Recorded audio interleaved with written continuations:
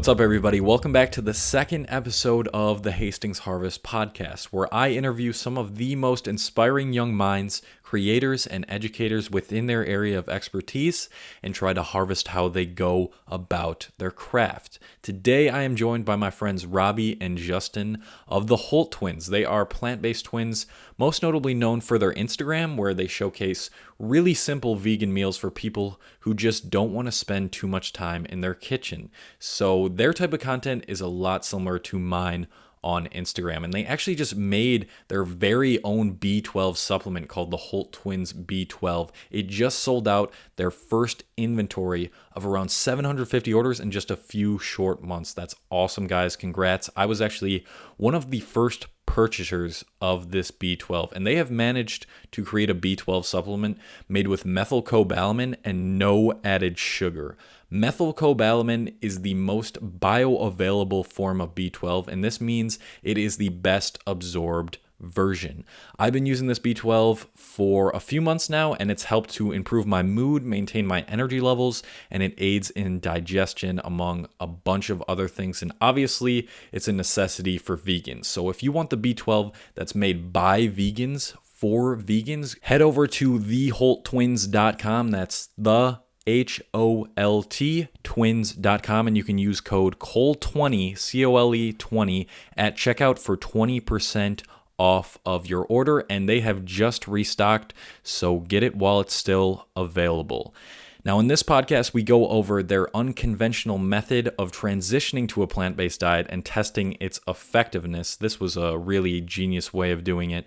Why a vegan diet is good for anyone, no matter what type of genes you have, how they were able to market their B12, how to grow a personal brand on social media, and much more. For everything we talked about in the podcast, you can go to my website, seasonedtofu.com/podcast. That's seasonedtofu.com/podcast. Now, with everything out of the way, I'm going to stop talking. We're going to get into this. Please enjoy Justin and Robbie Holt.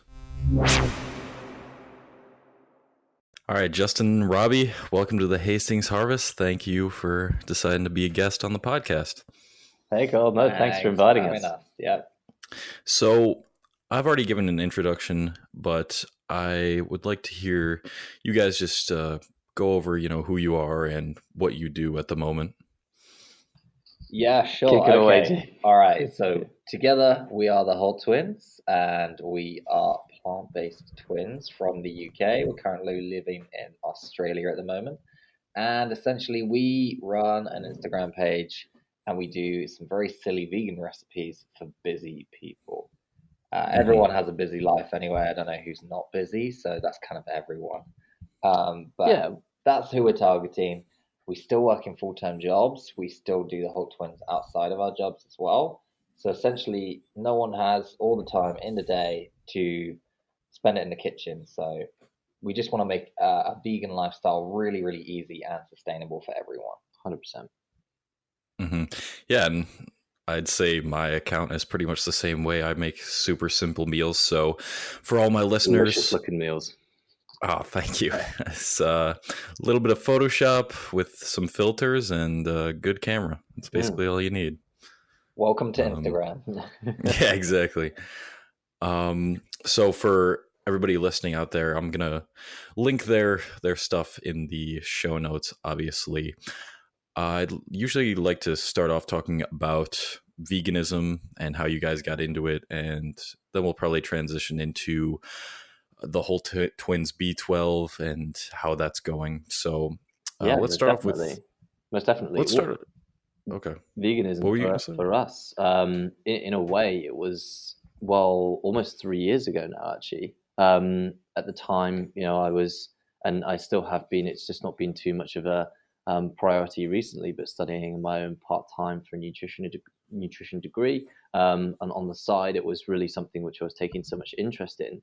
But it was actually Justin himself who kind of came across actually an individual who, Honestly, it's the most random story as to how we came across it. We were always interested, and we've always been really, really into our sport, and especially into our running. It's where we've just been most competitive. and I've always been interested in like a diet that can improve performance. But the most random series of events led us to discovering veganism and discovering a plant-based diet. I was following this Instagrammer called Manny Koshman. He's a car collector, and he's a very, very big in the car scene, but completely unknown in the vegan scene because he's not actually a vegan to my knowledge. But he did a post, and he talked about forks over knives and said it was a really interesting documentary and really opened his eyes. And for anyone who is interested in diet should just go and give it a watch. And I thought, oh, okay, all right, I'll flick this on. I've got a few hours this afternoon. I'll watch this. And literally, I watched it, and then I was just hooked on just absorbing any information I could on the topic. I then went to Robbie, who was at the time he was studying nutrition, and I just said, Robbie, you've got to check this out. Check out Forks Over Knives, check out everything else. And then after that, we just went into study after study and just started looking at this. And that was the beginning of the diet test. Yeah, so that effectively, like, no doubt it led you to kind of break down a lot of the thesis that you'd already been taught and thought, why, and really question why we really were eating meat. Dairy and eggs effectively. So then it's kind of like just getting everybody into that position where you start to question it. And then when you do start to look at it, there's so many studies, which actually some of them aren't even that recent, which have shown that people have been thriving for a very long time on this diet without consuming meat, dairy, milk, and eggs. And so I think that for us, we were halfway convinced that it was something which could be good for us long term. But what we were really interested in is knowing what was best for our own genetics. So we knew that we had same genes, and we essentially should respond the same way as twins. So what we did was we devised our own little twin test, effectively. So I personally, Robbie went vegan first, and Justin actually stayed on what was mostly what we were eating at the time, but stuck to a very kind of fitness industry heavy diet. Your very basics, but making sure that you're getting a lot of meat in essentially and protein. But at the time, I'd switched out and gone very plant-based, and Justin and I were on a very similar fitness schedule. We were working in different jobs at the time, but we were living together. So whenever we'd work out, it would always be on the same schedule. And we got everything tested before we actually did that test, like our cholesterol, our blood pressure, a lot of vitamins and minerals, and we were identical before we started it. It was uncanny. It was very odd. Yeah, it was quite funny actually when they came back. It's like, come on, I think at the time we were 25 or 24, maybe, and thought we've gone through all these years and we're literally still identical.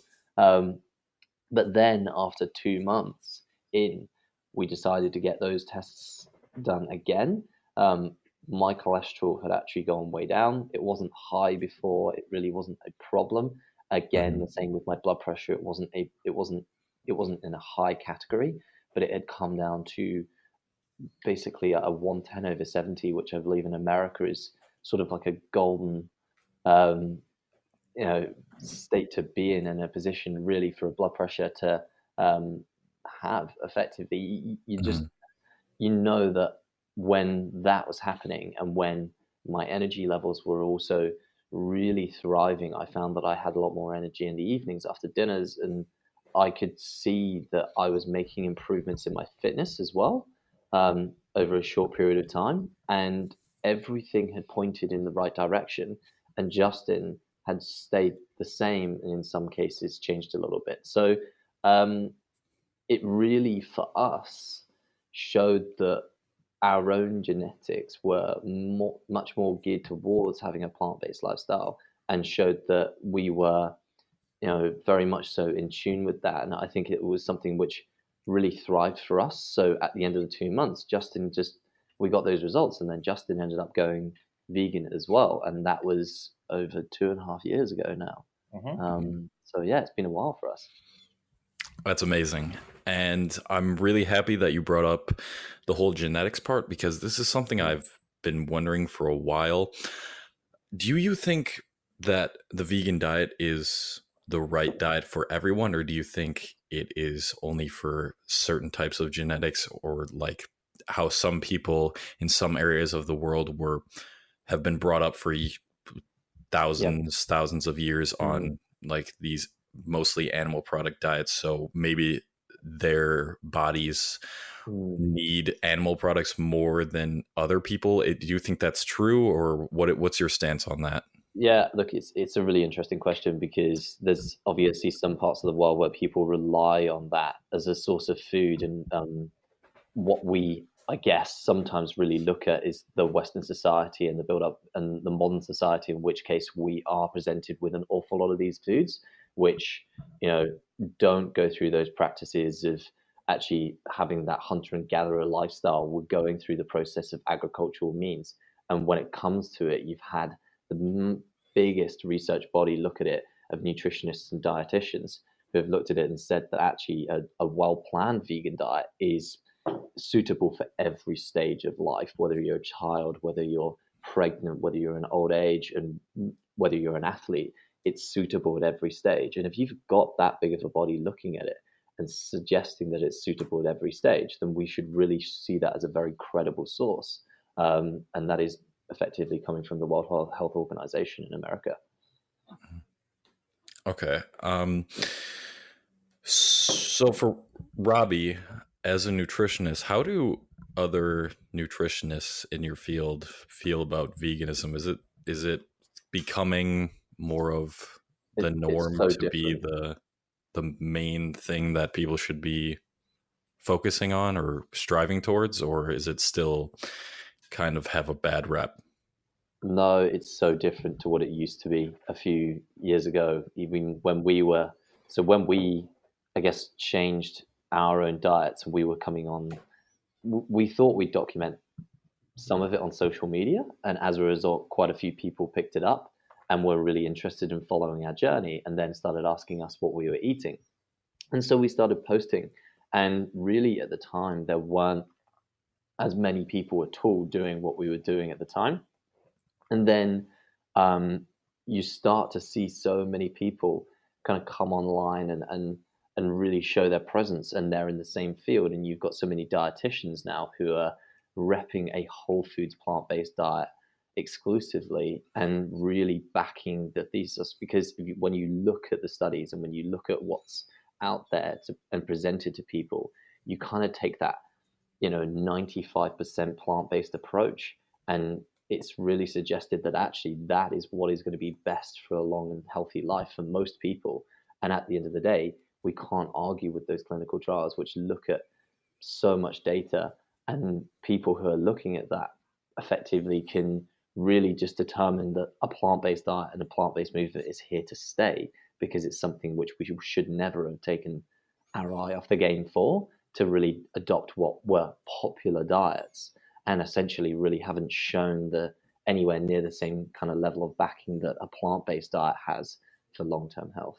So I think that there's a lot of people out there who are now just taking that approach that veganism, plant-based lifestyle diets are really what's here to stay, and what's so important for people, to make sure that they focus on their long-term health. But when it does come to it, people who we both know that veganism in and of itself is an amazing movement, but it's not necessarily the healthiest diet which people can be on, and especially with so many products out there, which are trying to create mock meats and whatnot. And while it's awesome to have those products, it's so important to try and focus on the staples, which is your fruits, vegetables, whole grains, legumes, nuts, and seeds. Mm-hmm. Yeah, I tell that all the time to my followers as well. For anyone out there who's listening who is maybe still skeptical about what you're saying, are there any resources that you suggest those listeners check out for more information on veganism? Absolutely. I mean, when it comes down to resources on veganism itself, there are certainly a number of fantastic websites and podcasts and dietitians who they can research and look out into. But there's so many studies which you can read, and I'm happy to drop them below, which are basically on NCBI and also WebMD, who just go into so much detail about the clinical trials that they've run, and you can read them for yourself. And I highly encourage everybody to do so, because you really need to, it's your own health that you want to be taking seriously here. So I'm happy to drop those studies below. Okay, yeah, I'll definitely include them in the show notes. So what are some common myths that you still hear about a vegan diet? I know the protein one is the most common one, but maybe some not so common ones that people still really believe. Could you debunk those? No, it's interesting. There's Probably a few. being skinny as well when you're vegan. Like at the moment, I'm bulking out. So at the moment, I'm currently at 83 kg, and I'm gonna get to about 86, 87. And some of my friends still even try and bring me down and say you were more filled out when you were not on a vegan diet. And people try and get that one, but that's common ones, of course, are just the protein to turn around and just say, yeah, I was fat and hot. Yeah, true. I don't know. I mean, there's so many just common ones out there that we still deal with, but I feel like over the time that we've had our Instagram, honestly, it's got so much better. It really has got so much better. But I'm a huge fan of when people actually reach out and they say, how am I covering iron? How am I covering calcium? And people are asking those questions because they're genuinely looking into it, not because they're slandering us. When people go into the comments and say, this would be so much better if it had meat in it, I mean, that's great, but really at the end of the day, I think that they're just kind of vesting their own opinion, and we don't really try and respond to that. Sometimes we kind of make a joke of it, because at the end of the day, people are just there just trying to entertain themselves, really. But when it does come to some of the debunking of some of the nutrients that people feel like they're not getting enough of, iron in and of itself, you need that vitamin C to be able to get and absorb that iron into your diet. And so leafy greens are some of the best sources for that. And then when it also comes to the calcium topic, that again is a topic which you can think, and when you look at it, leafy greens are also a fantastic source. So we make sure that we get leafy greens on a regular basis, and really get a variety of them to ensure that we're getting a really sufficient amount of iron and calcium in our diets, and magnesium as well. And also it adds that vitamin C in there. So every single morning we have a smoothie, we chuck some frozen leafy greens into there as well. So again, I mean, you just don't need anywhere. The milk industry has tried for decades now to convince people that, or the dairy industry rather, has tried for decades now to convince people that its products are healthy. And we've been doing a lot. We've been all working pretty hard to kind of debunk that and tell people that it's just not true. Yeah, that's great. That's great info. What supplements do you guys take?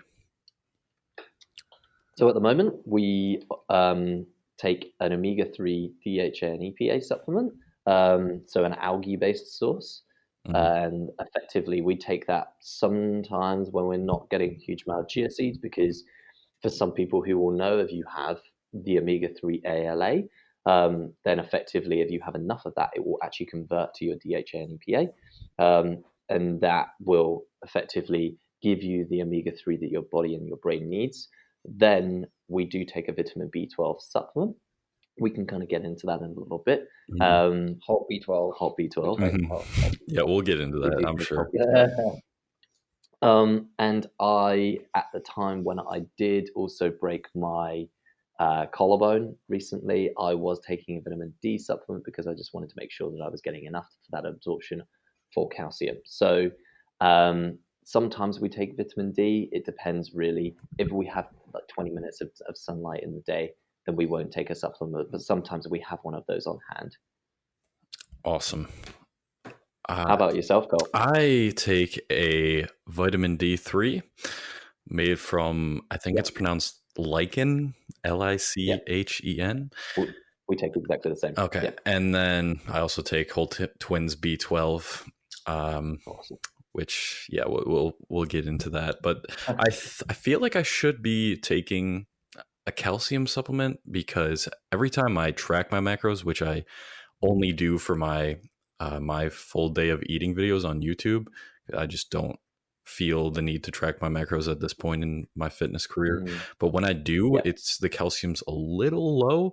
So I've been thinking about taking a calcium supplement. And as for omega-3s, I try to eat chia seeds every day, but again, you need quite a bit in order for that ALA to convert into EPA and DHA. So you do. So usually I try to combine that with some walnuts as well, which is another great omega-3 source. Great source. But that's it for right now, just D3 and B12. Awesome. What is the biggest piece of advice that you can give to someone who's trying to lose weight as a vegan, and for someone who's trying to gain weight?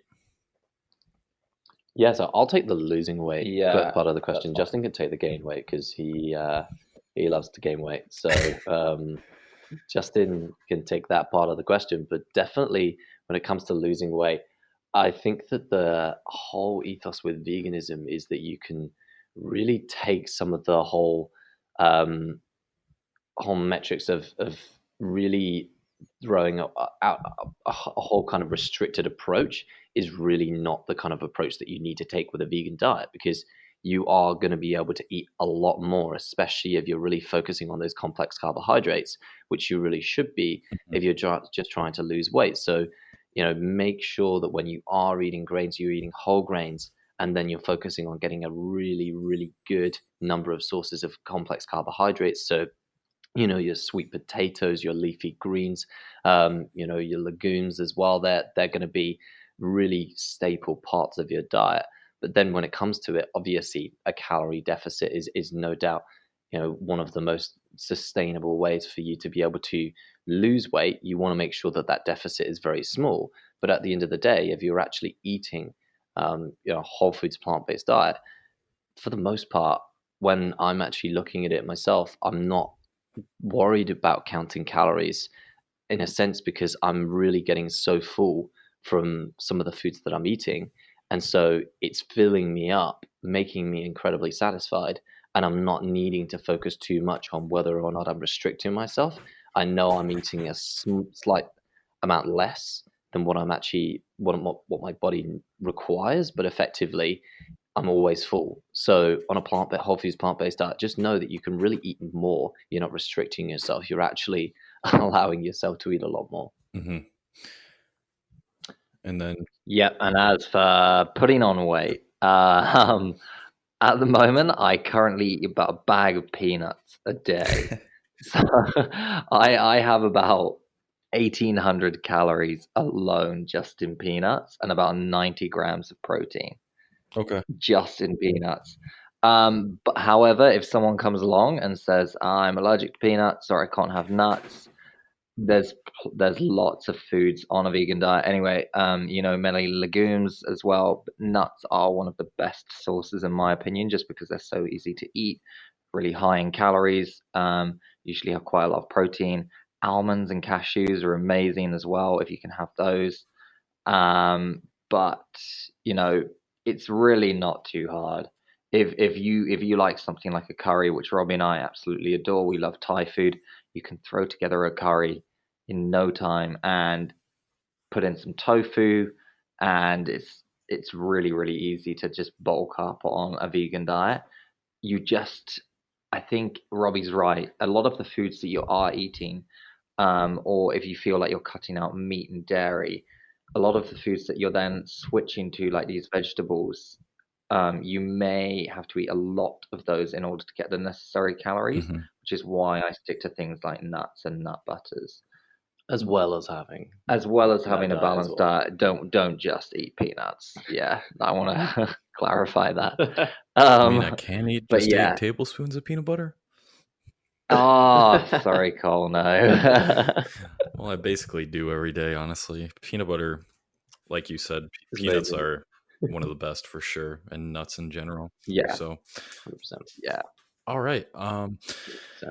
Now let's talk about your social media, up to around 30 something thousand followers on Instagram, which is very impressive. I don't know. Do you guys have any other social media accounts that you're? We get asked this actually a lot more regularly than we have done. In recent times, people are asking whether or not we're on YouTube.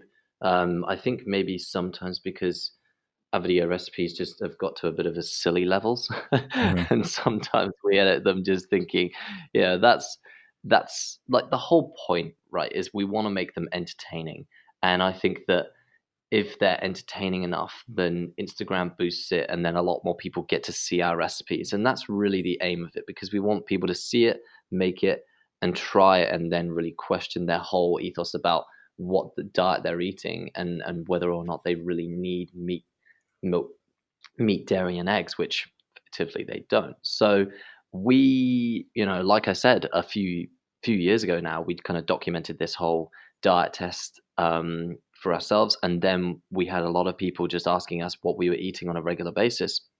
So we put together these video recipes, and people loved them and responded to them incredibly well.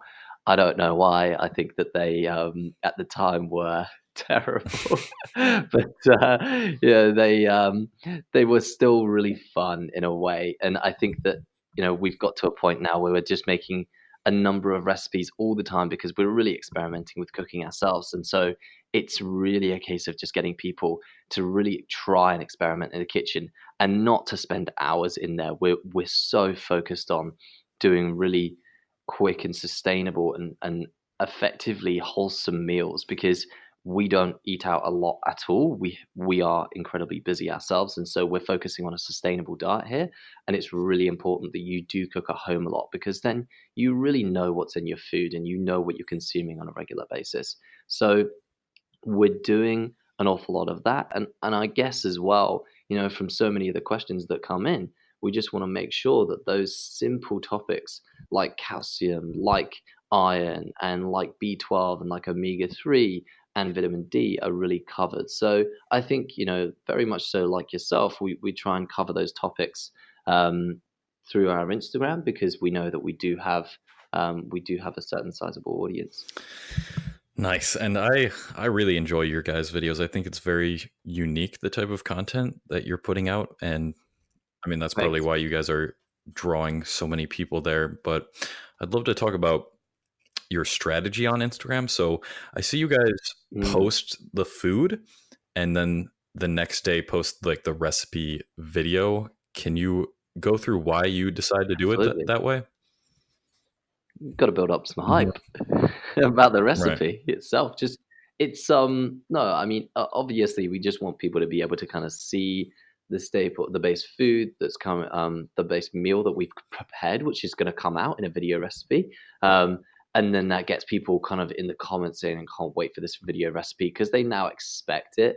And it's usually just quite a bit of fun when we post stuff on a story, and people kind of comment and send us a direct message just saying, I would ask for the recipe, but I know it's coming out in a video recipe. So they're catching on to that, and kind of getting the fact that obviously we're just trying to promote these meals that we're pushing out, and we just want to cycle through that, so then we can see, everybody can kind of check out our food and know that there's a video recipe to follow afterwards. Very nice. And have you always done your content this way, or how has your content changed since you first started posting on Instagram?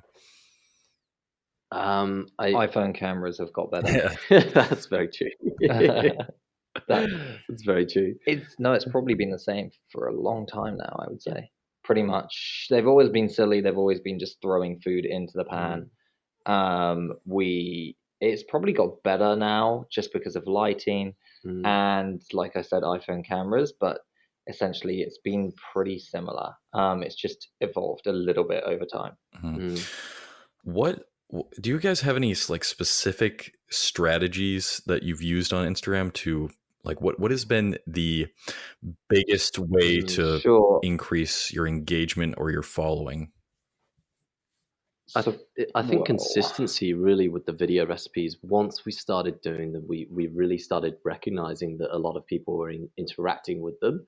And most importantly, when you do go on there, I mean, in and of itself, I think that if people are pushing out a really good message and they want that to be heard, they need to be pushing out content which is going to be saved a lot.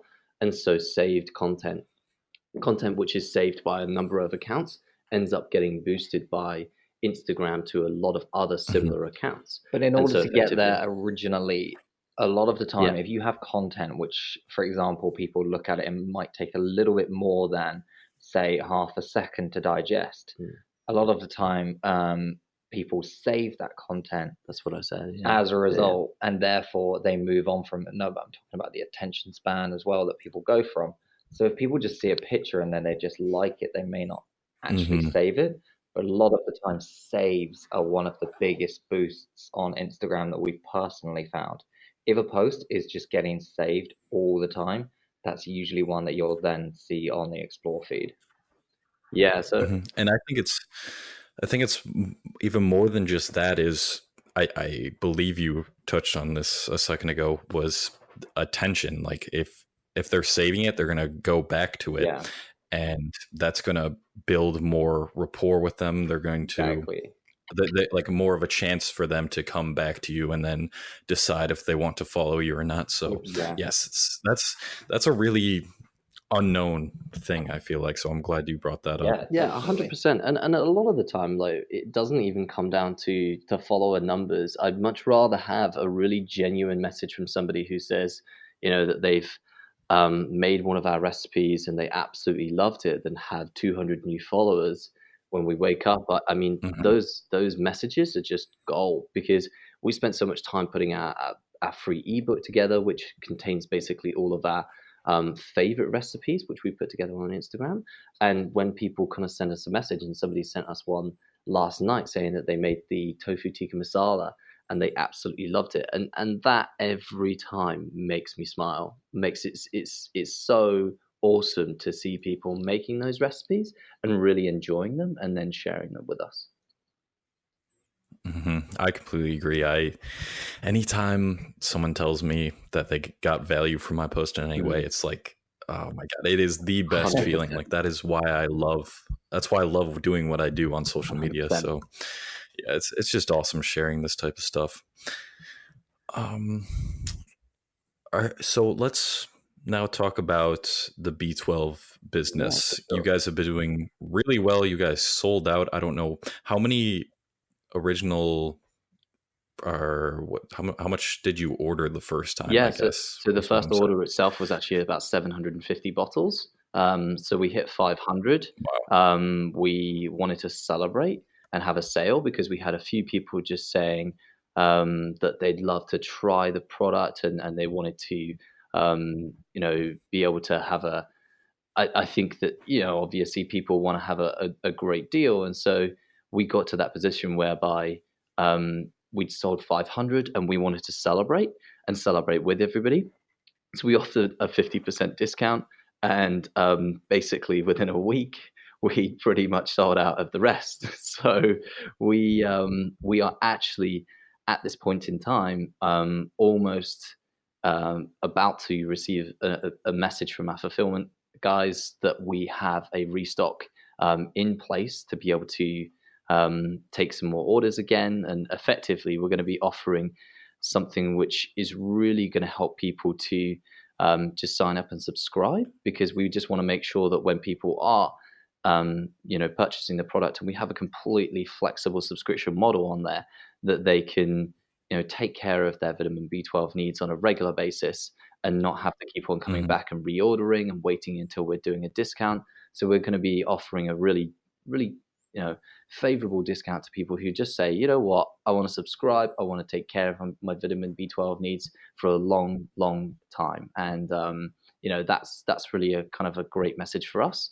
But the product in and of itself, I guess how it kind of came about was because of the fact that ever since we've been on a vegan diet, we were really focused on making sure it was sustainable for us. And so vitamin B12, I think every single person who looks into a vitamin, into a vegan diet, comes across the vitamin B12 topic and kind of questions it at the very beginning. And so they obviously reach out to the likes of us. They reach out to so many individuals who have been in this space for a long, long time, and they ask about vitamin B12.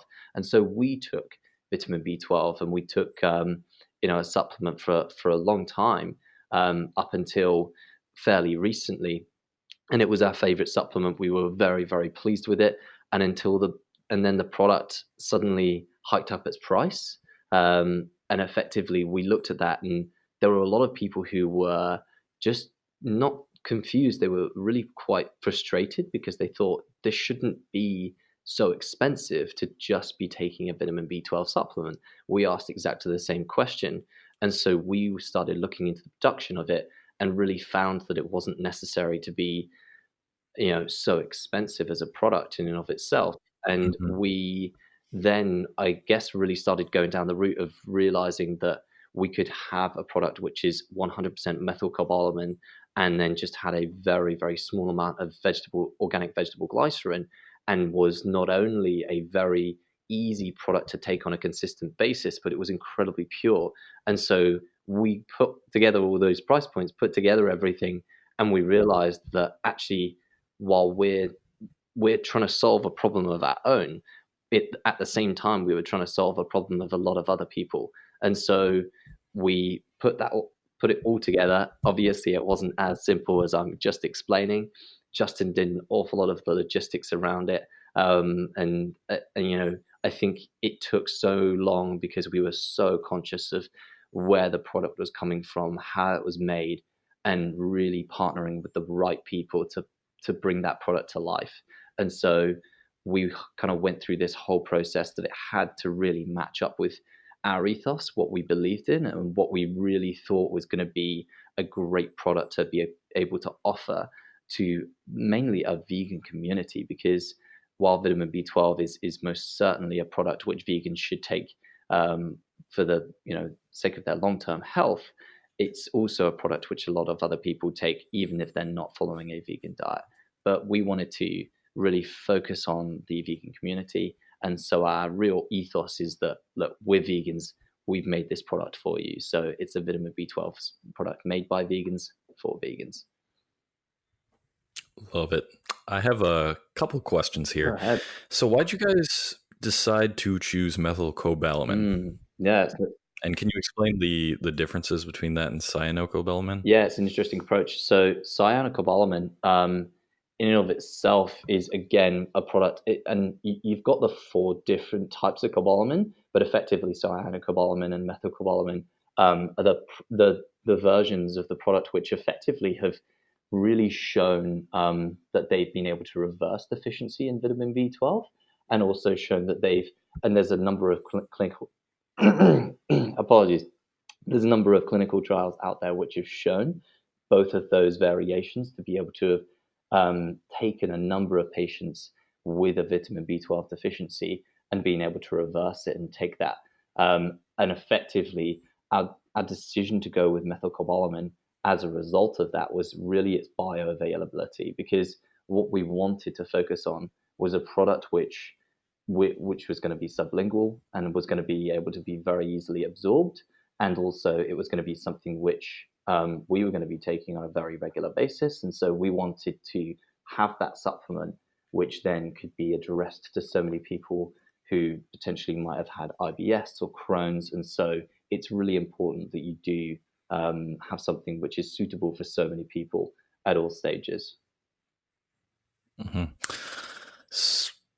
A lot of people, probably most of the people in here, might not be too interested in this next question, but I'm pretty interested. How do you make B12? How do you make a vitamin supplement? I'm really curious. How do you? I mean, how is it processed? And to be honest with you, the entire process in and of itself, we can kind of break some of that down off the top of our heads and go through the whole process of. I mean, you kind of take, actually, interestingly, you kind of take what's originally cyanocobalamin in a lab, and you actually take it through a process of bringing it the bioavailability out of it, and that converts then into methylcobalamin. But effectively, it's a process which, in and of ourselves, we were just making sure that we were partnering with the right people to be able to know that they were giving us full transparency of the whole process of making that product.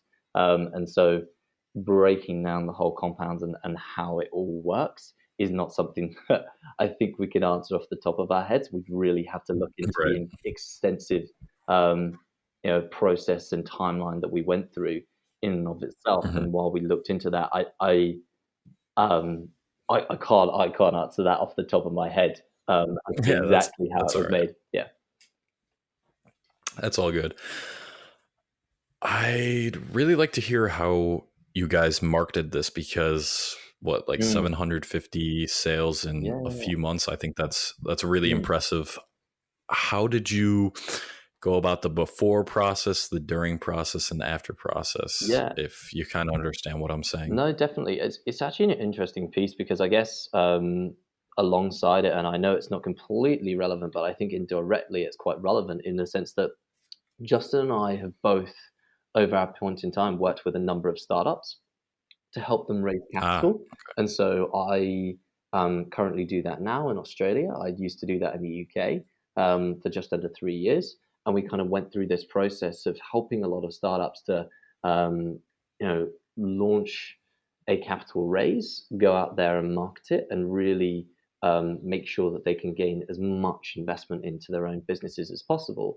And so you learn an awful lot in that process of being able to understand what people respond to and what they don't respond to. And you learn so much from the founders in of themselves as to what they found successful in that process as well. And so when you work around different startups, you really catch on to a lot of practices which they've gone through. And every single startup is experimenting and changing the way they do something on a very regular basis to try and find out what's successful. But when it came to our own product, we just wanted to make sure that we were providing as much value as possible. And so we wanted to release our 100 strong recipe ebook at a very similar time. So then people were really shown that we weren't trying to, as much as you want to go out there, and we put so much into this product, and we really, really wanted to share that and share it with our audience. And we wanted people to be able to be taken care of. We wanted to show them that, look, we're not out there to try and take your money from this, to try and make a lot of money from it. And really, I guess at the first instance, we really, haven't got to that position of kind of breaking even on everything we've put into it yet, because it's really a long-term thing for us. And so what we wanted to do was make sure that we were really focusing on that value and giving so many people the opportunity to try a vitamin B12 product that I think was very sustainable and very easy to take on a regular basis. So we have really just focused on the education piece and just providing so much value. And Instagram has been a fantastic tool to be able to do that, because Instagram is where so much of the attention is these days. And I think that that's been a huge part of our whole sales cycle. And I'm sure Justin has something to add on to that as well. Well, I think it's important to note anyway as well that if you are building up and you are marketing a new product, you're essentially building up to an event. It's not a physical event, but it's a very real event that's taking place online. And there's so much that we can go into and talk about the different formulas and different marketing strategies that you go into for this. So yeah, if anyone really would like to know, very happy to give everything away that we've done. But essentially you really have to build up to that event. You have to tap into people's beliefs and why they would want to take this, why they're following this diet as well. And I think it definitely helps that our message is it's made by vegans, it's for vegans, and it's made by vegans. We're on the same journey that they are. It's not something that we're just selling to people that we're not just selling a product for the sake of selling a product. It's something that we genuinely use ourselves every day. Yeah. So yeah, 100%. Yeah. Mm-hmm. All right. I'd like to end just a few more minutes. Sure, I don't have too many questions No, go for you for it. guys left. I'd like to know what was both of your biggest failures that you overcame in life, and how did you overcome them? Oh God. Interesting. We probably have different failures here. I'll let you go first, Jay. Okay. So probably biggest failures is when I've actually got myself into long lasting situations where there was a point in time where I lived in London and I was working for this guy, brilliant guy actually, but I really didn't love my job. I really didn't love where I was living as well. And then I had a few issues going on in my personal life that were very challenging. And I think I hit a point where I really hit a rock bottom. And I actually can confirm that I went to CJ. He wasn't good. I think in terms of going through biggest failures, the biggest failures are the ones where you get yourself into a life situation, because that's much harder to get out of, because it takes time and conscious work every day to get yourself out of it. That's a really big failure. We can talk about big failures in business as well that we've done. However, this one was probably one of the most challenging mentally for me, because when I think everyone can resonate being in a position in their life, especially in their 20s, where they're just not satisfied and not happy at all.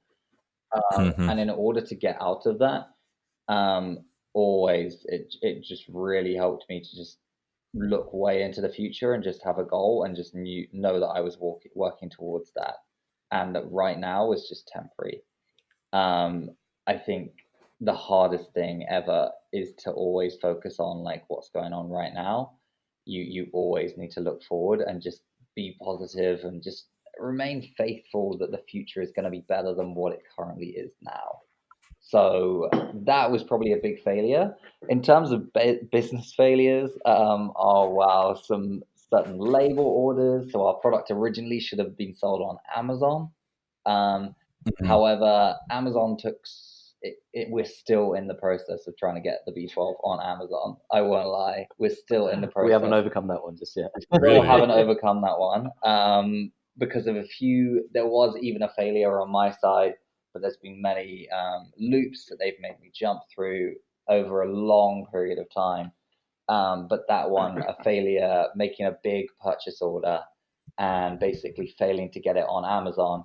We then had to last minute scramble, find our own fulfillment center, build our own website, and just sell through our own platform rather than sell it on Amazon.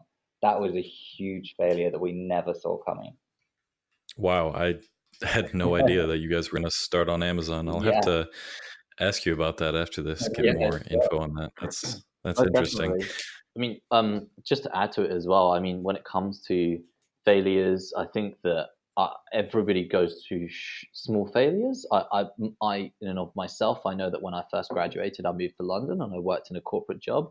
That in and of itself wasn't a failure, more of a learning curve for me, because I didn't have any friends in that job. I didn't enjoy the job. I didn't actually do much else other than wake up, go to work, and sleep. And when you're in London, it's really expensive to live there. And firstly, as a newly graduated student, I mean, you're at the bottom of the ladder, and I was at the bottom of a ladder I didn't want to be on. And so I really just recognized, okay, I need to make a change, and I need to make a change fast. And I was going for something new, and I was actually very much so trying to get out of that lifestyle that I'd put myself into.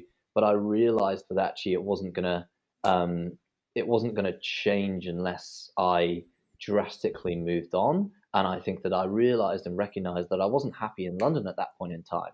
And so while I changed things up and went back to America and worked on a summer camp that I'd always been on, that was really a stepping stone for me to then be able to save up some money, take things back, and say, okay, I can start again, and I'm not going to go back to London this time. And this time, I really, really want to work with a startup, and I want to help, and be working in a position where I'm working with other startups as clients, because I think that the corporate culture really just didn't suit me at the time. And that's when I ended up moving out into a city outside of London, one in Exeter, and working again with a startup and raising funds for other startups. Justin and I had our own couple of side projects at the time, and we were just so engaged to be able to, we were so pumped to be able to do that because we knew that it was something that we really wanted to be doing. And so I think if you're going through that, and anybody's going through that, focusing on the bigger picture and focusing on, again, what you can do and what's within your control right now to be able to try and work on in the future is a great thing. I mean, if you're in a position whereby you don't have any friends and you're in your job or your current kind of day-to-day life and you're not enjoying it, just realize that that's going to suck so much more energy out of you than you realize, and it's really not a healthy situation to be in. But I think it's so important that people kind of go through some of that to be able to really value what they have. Nice. Yeah. I want to bring up the point about kind of finding something to look forward to in the future. This is something that people, I feel, at my age struggle with so much, and it's why that my age, around the 20s, early 20s, are the years that most people are the most depressed and like the most uncertain about everything. And the biggest piece of advice that I can give to people is to just find some type of purpose where you're bringing value into people's lives. That's why I've loved doing my social media stuff so much and getting those comments and whatnot and those DMs from people just telling me how much I've impacted them, and just having something to work towards, just having a side hustle like that, which anybody can do, or even a hobby. It doesn't necessarily have to make you money, but if it's impacting people, if your work is impacting people, 100%. I think that can get you through the darkest of times. So I'm really 100%. Glad that you guys brought that up. What profession? What profession other than your own would you guys like to pursue? It's an interesting question. I mean, other than what we're doing right now, I think we both have we've had a number of conversations about this, and we really want to, I think, on another level, be able to help the startups that we kind of work with, and also really solely help some of these plant-based and vegan businesses in the space, because we notice so many come up who may have an awesome product, but they're not getting it into the right spaces. And so in and of itself, as professions, while Justin works as head of marketing in a law firm, I work in a startup raising capital for a number of other startups. I think that we're really keen to, I think, potentially go into web development and get into the realms of really just being able to solely help more vegan businesses out there. Because like you said, when you're creating that value for people, it means so much more than the money. It really doesn't, and I think that we, in and of ourselves, we've over our time connected with so many vegan brands and so many businesses who have said, what are you doing here? What are you doing here? And then we kind of get into a conversation, and we end up helping them and just transferring skills. And I think that that's an awesome piece to be able to work on. And so in and of ourselves, I think that we're really keen to be working with more vegan brands to help them grow over the next few years, because this movement is really, we know that the space we're in is really an effective point in time, and the way in which we get those products out there to market is going to really impact the long-term effect of those businesses. Yeah, maybe you guys can help me with some brand consulting. Honestly, more than happy to help. Just a couple more questions. Here's a good one that'll get you thinking. What is something that you think is true that nobody else agrees with you on? That's an old Peter Thiel question. Yeah, I take some of these questions off the Tim Ferriss podcast, actually. No, I do like that podcast very much. Love that podcast. So, it's an interesting piece. So on a variation here, I used to kind of have a response to this, which was very business focused. And I think that one of the pieces which I think is true, which a lot of other people would disagree on, is again still that a plant-based diet is really here to stay. And I think that we're going to get to a 50% majority worldwide much sooner than a lot of other people think. Excellent. I am skeptical about it, but I want to agree with you on it. I mean, it's hard to tell at the moment, but I do really hope so. That's a good one. When you think of the word successful, who's the first person that comes to your mind, and why? That's a good point. It's a good point. I think, I guess for us growing up, we have always looked at a lot of people in business and in light of what they've done and seen what success is. And I think that a lot of people, success can really be presented as that's this huge event in the media, which shows that they've either made a lot of money or they've done something remarkable. But what I really think success comes from is people who you can see at that point in time, they've been at rock bottom and they found their way back. And I think that for somebody like Elon Musk, who I read his book recently, for what that man went through in 2008 and what he still continues to go through, how he doesn't look 60 these days is just remarkable because of what he's effectively battling with all the time. And he's still out there just trying so much to fulfill his own mission. I think it's a huge recommendation. It's really of success. important to recognize though as well that probably someone like Elon Musk, who is definitely a huge idol of mine, the reason I find him so successful is because he's deliberately on a purpose that is much higher than just making money. He has, every company has a huge purpose. Like SpaceX is there to eventually get to Mars, but in the meantime, they have to commercialize it, right? And Tesla has a huge mission statement as well. Those companies exist because they are there to do something. They have a higher purpose, and that to me is success. When your business or company or anything just has a higher purpose or whatever it is, even if it's just to impact people in a positive way, that's success. It's when people are doing something deliberately because they chose to do it deliberately and it's on purpose. It's not something that's just accidentally happened.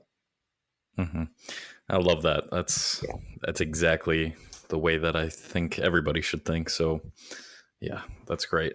Who would you think actually, interestingly, Cole? Oh man, I was hoping no one would ever ask me questions back. There's a lot of people that I could say. I was just talking to Axel Shura. I don't know if you know who he is. He's on Instagram. He's a vegan dude, and he talked about his grandma because of how happy she was and just loved life. And that's kind of how I view success too. Anybody who is really, really enjoys their life, it really enjoys what they're doing and is making a living off of it as a byproduct of that is who I think of as successful. Now this could be 100%. This could be a lot of people. So I don't know, maybe Gary V, Tim Ferriss, like I talked about earlier, and Elon Musk, like you guys said, definitely just people like that for sure. Yeah, definitely. All right, I think we're gonna end it off here. So, guys, thanks you so much for coming on. Had a great talk. You guys are pretty natural interviewers, honestly. You guys really, I thought it's some Monday morning here, and I rolled out and I thought, man, I'm a nice and early start. But I'm impressed. No, it's been great to be on here. Thanks for inviting us, Cole. It's Thanks really very good much to for having us. It's been great to catch up.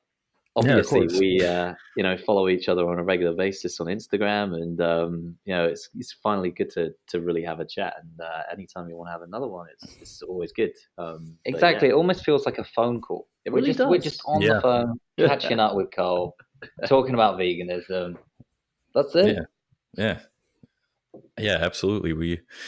We'll try and set something up again. But for everybody wondering, all of the links to their stuff will be in the show notes. And like I said before, you guys can use code COLE20 at checkout at the Holt Twins website for 20% off their B12. So I highly suggest you guys check it out. It's the only B12 I plan on using for a very, very long time. So Awesome. yeah, you guys should definitely check that out. But with that all out of the way, we're signing off, and thank you guys once again.